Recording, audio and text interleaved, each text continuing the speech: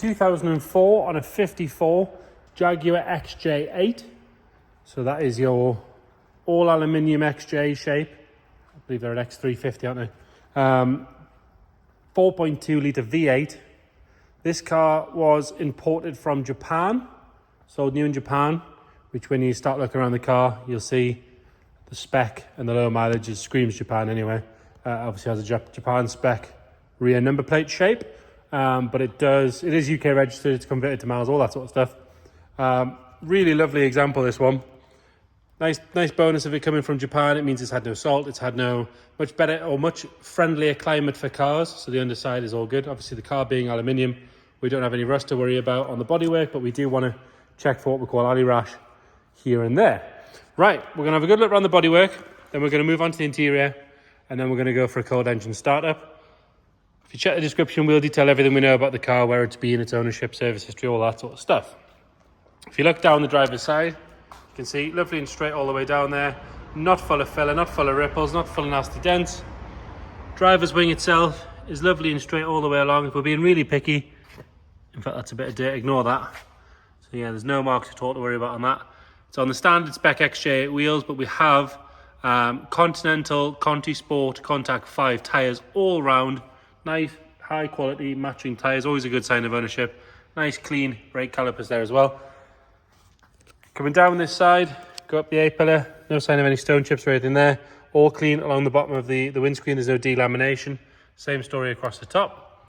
You will notice with it being Japanese, it does happen quite a lot. There's a little bit of sort of UV fade in the lacquer. You can see a little bit there, a little bit there. It's very common. We do get quite a lot of cars from Japan coming into us. 9 times out of 10 or 99% of the time, and this looks to be the case, a good cut and polish will get rid of that. And actually it'll come up beautifully, to be fair. Along the top of the windscreen, there's no signs of any stone chips or corrosion coming through there. Around the sunroof is nice and neat all the way around. This trim normally goes milky and horrible. This one is all lovely. You'll see why in a bit. It's kind of sort of a show-free spec. It's a standard wheelbase, but it's a really nice spec in there. So we do have dark glass on the back. It does have blinds as well, which is nice. Around the handle on this side, that's all good. We're going to pop the camera underneath, and again, this is why you buy a car from Japan. Super clean under there, lovely and tidy all the way around. Obviously plastic under trays, but look how clean they are. They've never seen a salty grey horrible British road, have they? Really very good along there. Continuing down this side, no real marks to note on the rear door. Again, a little bit of UV fade across the top there that we polish out nicely. Inside that arch, again, lovely and clean. I mean, even if you put your hand in there, it comes out clean. I mean, my hands aren't clean because I've been pulling your cars out of barns all day this morning. So you will have to excuse that, but like I say, really tidy in there. Another good wheel and Continental tyre. And then looking back up this side again, if you look how straight and sharp that body line is, really good all the way up. Round on the back, the rear bumper sits nice and even, as do the exhausts. The tail lights are clear and bright. A little bit more UV fade on the top of the boot lid. It's normally the larger flat surfaces that get affected by it, but there's no marks at all to note on the rear end. Tint on the rear screen, again, no delamination coming through in any of the corners or anything like that. Round up the passenger side, and again, you can have another look down that side, lovely and straight all the way down. Being a black car, big black car as well, you'd notice straight away any ripples, but this one, really good. Nothing to whinge about on the rear quarter. Another good wheel and Continental tyre. Can have another look at the roof from here. Again, like I say, nice and straight. Nice having the sunroof as well. No marks on that rear door or on the front door. Again, like I say, clear glass on the front. Really nothing to whinge about. It makes for a very boring video, but it makes for a lovely car. Again, no delamination down the bottom there. The A-pillar's got no signs of any stone chips or anything along there. And then the front wing, all nice and tidy on there, and your final good wheel and tyre. In fact, we don't have, so I'm guessing that one's been changed. It's not a Continental on the front left, so we've got 3 out of 4. There you go.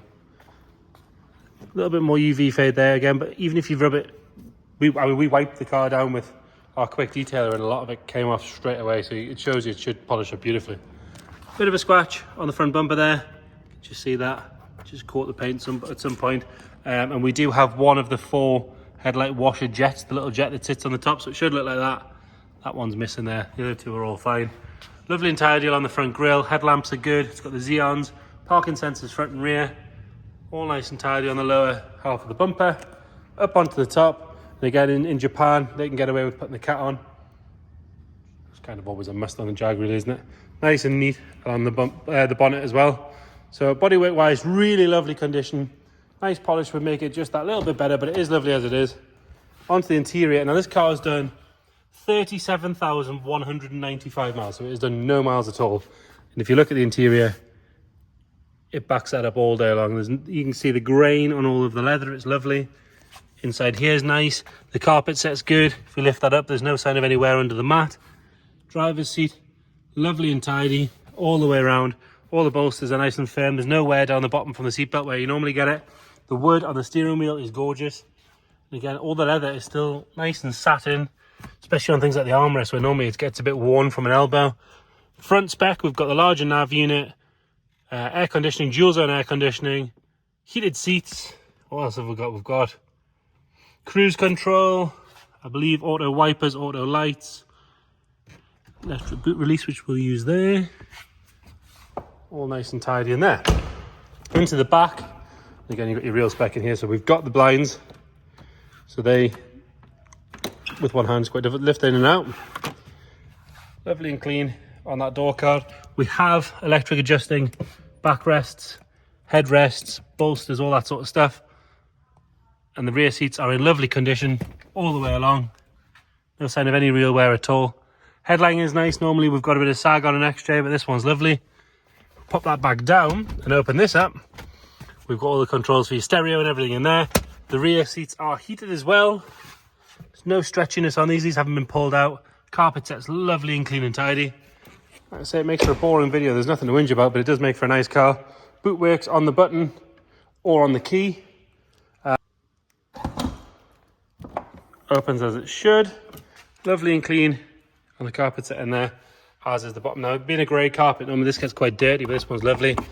Under here, got this full-size, space saver spare wheel. Toolkit's all present. It's all nice and tidy in there. And then the boot, I believe, will be a soft close. Yeah, soft close, which works as it should. Into the passenger side, you obviously have the rear blind in here as well for the rear window. Blinds on this side as well. All lovely and clean and tidy in there. Really nothing at all to whinge about. It's about as close as a new Jag as you're going to find. We sold one a couple of years ago on 9,000 miles. I don't think this one's anywhere. Lovely and clean on the door card. And all good on the passenger seat. The wood is lovely in this one as well. Normally that knee roll gets a bit of abuse from passengers jumping in and out, but that one's lovely and tidy. And then under the bonnet, we've got that 4.2 litre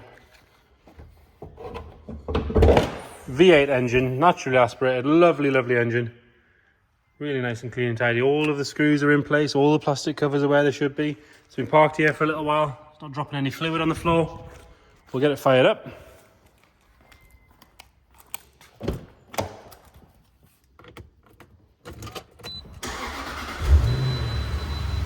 Importantly, fires up with no nasty chain rattle or anything like that. Ticking over lovely and smooth. If we go around the back, it's not throwing out any smoke or steam or anything like that. So there you have it, 2004 and a 54 Jag XJ V8, Japanese import, 37,000 miles, really lovely spec, fantastic condition. If you've got any questions at all, please get in touch. We are here every day if you want to come and have a look at it, or if you can't get to us, we can do video calls, we can send you extra photos, extra videos, anything you might need. Thank you.